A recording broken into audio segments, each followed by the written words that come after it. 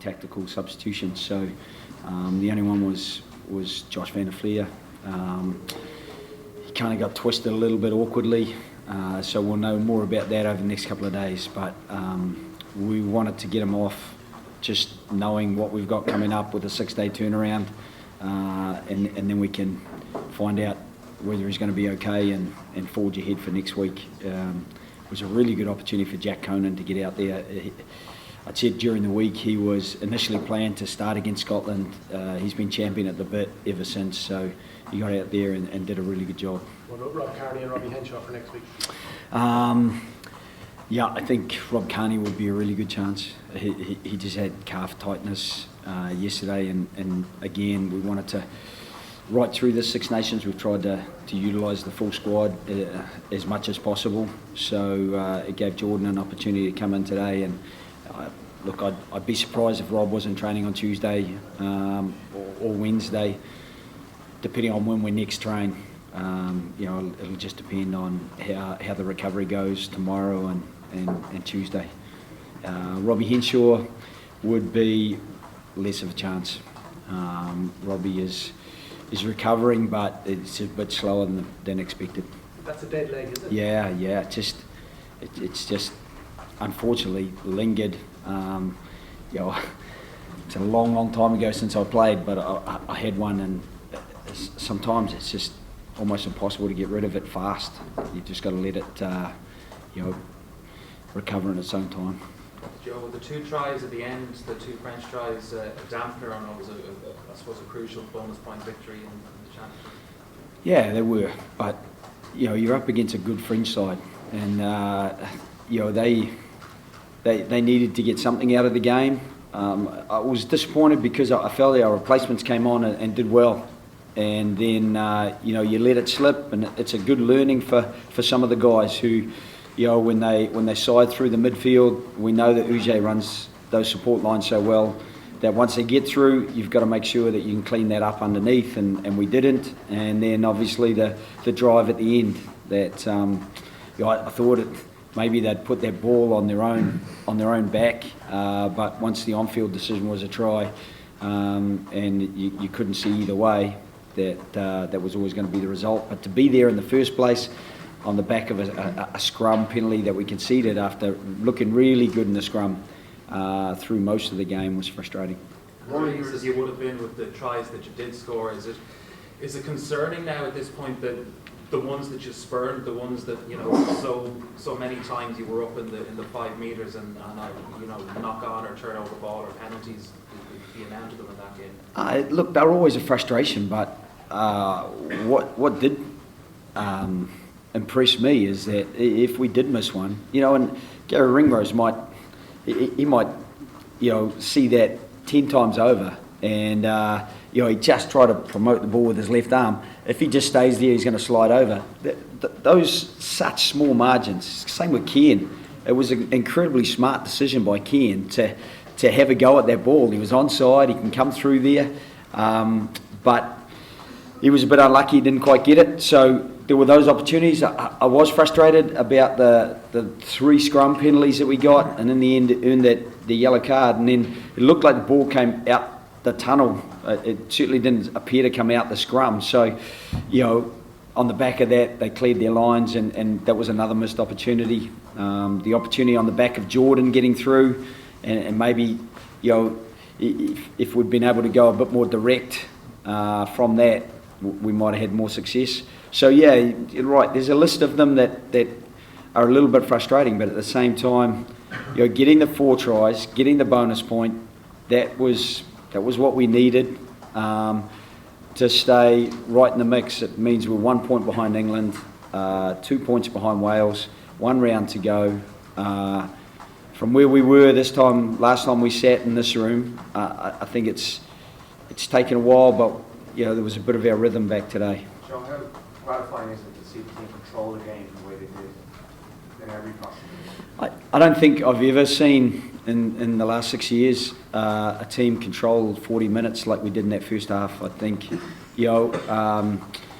the French got knocked back early, and it was hard for them to then get back on the front foot. But I think part of the hardship was that we kept that pressure on, and to keep that pressure on for that full 40 minutes really spoke volumes about the intensity and about the energy that we brought to our game, and also, the cohesion. I know we missed some opportunities, but Rory's try was fantastic early in the game, and then for Johnny to score off a nice crisp back play, that gives confidence. And then just before half time for Jack Conan to get around the corner and do what he does well, that is carry and carry in a dynamic fashion. That finished off a really, really positive first 40 for us. How important was it to do that?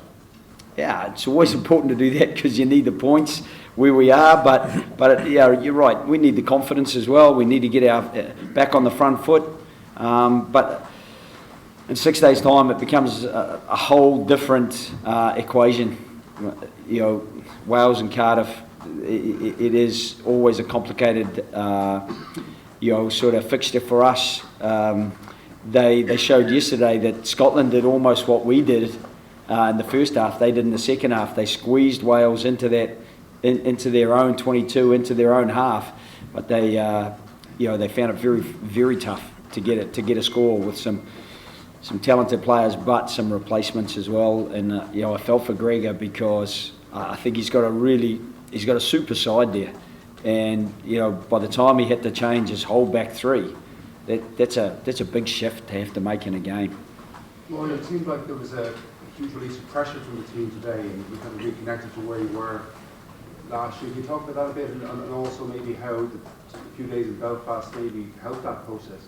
Yeah, I think the mini camp in Belfast helped us a bit, because it was nice just to get away.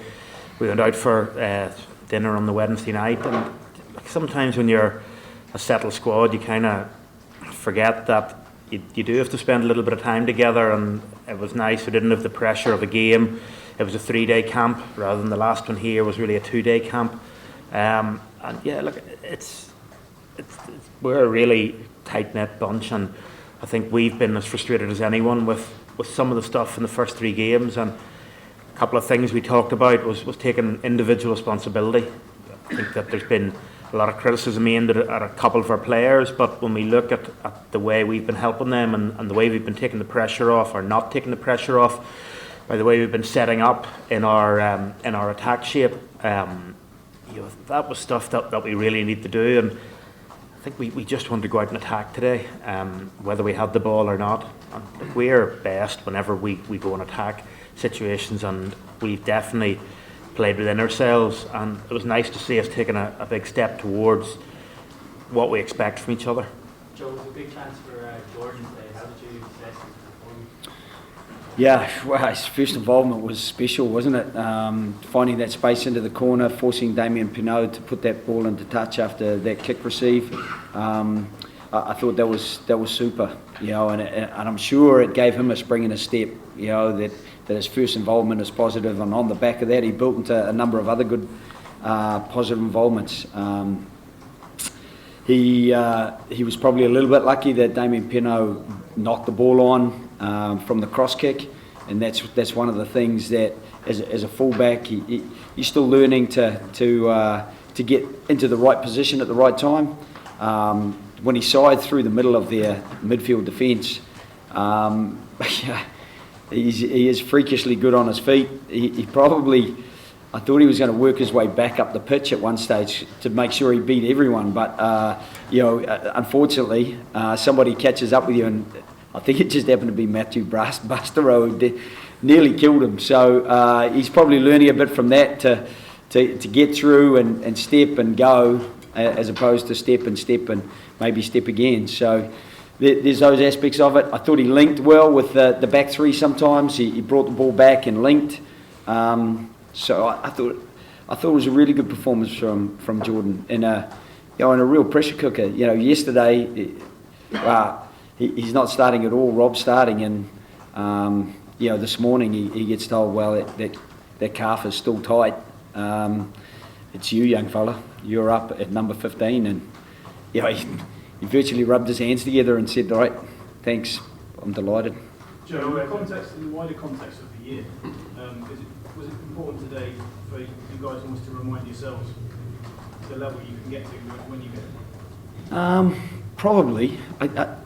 Again, I know there's been some frustration externally, and it has been internal as well. We've been frustrated that we haven't been as cohesive as we'd have liked, and that we started the championship on a really flat note. And that, like one of the great reminders for us is you get nothing back in a test match. You can't go and say, well, we missed that opportunity. Can we go and play it again tomorrow? You get one window, and you can't just open it a little bit to let the breeze in. You've got to open it right up and get through it. So I think that's what we showed a little bit more of today. And look, it will give confidence, but we know what a challenge next week's going to be anyway. So we said all along that this is a little bit similar to what we'll have to contend with, and at the end of the year with a 6-day turnaround from a team in blue to a team in red, it's not something that we want to miss a beat with now. We want to keep building over these next 6 days if we can, and I'm sure the Welsh boys were sitting back and recovered and had their feet up today watching, and they'll be primed, very much primed for us next week in Principality Stadium. Joe, 3 tries today from lineouts. Wales have arguably struggled there this tournament so far. How key a part of the game will that be next week, do you think? Yeah, again, you don't know how many lineouts you're going to get. We got a lot of lineouts today, so it gave us that platform. So, I think one of the things that Wales don't tend to kick the ball to touch a lot. They tend to kick down the middle of the park or try to find space and then back their chase line. So, our expectation is we probably won't get as many lineouts. So the ones that we do get, I think we maybe squandered a couple today where the actual lineout functioned really well. We just didn't quite get the drive right, or we didn't get the play off the drive right. So that in itself can be a little bit frustrating. But I thought it was a super score in the second half for Keith Earls off an inside ball from CJ Stander. Obviously, the try from Johnny was a bit special, and Bestie's 50-metre effort was right up there. 50-centimetre effort, sorry, was right up there. So, for us, they were really positive attacking platforms today. But we know that every day throws up new challenges. Every new game throws up new challenges, and we don't expect to get so many, and we expect to get a fair bit of pressure from Wales. We'll take the last couple on the Earls try. Was that an old move you had tucked away, or was it designed around? It was probably just designed around the what we felt we could maybe get today. We just felt that if we got a couple of good drives at them, that they would have to commit people to the drive, and if we got out, it was really just if it was on, it was on. If it wasn't, then CJ could carry.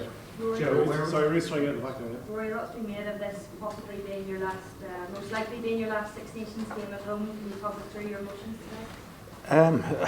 Yeah, like it was obviously, it wasn't something that I'd overly thought much about until yesterday, and then over the last 24 hours, it's strange to think that it's the last time you'll hop on a team bus to go to a Six Nations game here. But like, I think in terms of the result and the performance, it's exactly how, if you could sort of plan your last home game here, that's how you'd want it, just with the intensity that we played with, especially in the first half. And like, I was delighted to be a part of that. And like we said yesterday, it was mainly Joe. He got very emotional, told me that I wasn't allowed to keep going after he left. So it is what it is. Joe, where would a win over Wales at the Principality rank for you, considering their unbeaten run and them going for a Grand Slam? Yeah, it's funny. People might talk about that, but it's just for us really. We just want to finish as well as we can in the Six Nations. It's less about where Wales are positioned. We know that if we can get a win, we would go past them in the championship on the ladder at the end of the day. But at the same time, it is just another game, and as boring as it is, in terms of a 6-day turnaround, you can't really think too much about championships or anything else. We need to turn our attention to Wales, and we'll do that tomorrow evening when we get back together in camp. And then, whether we train on Tuesday or Wednesday this week, we'll probably train Thursday morning before we fly to Wales, and then we've got to be ready. So it's a very, very truncated week for us. It's a very short preparation. So it will be a lot less about Wales than it will be about us just trying to get ourselves organised and ready to go.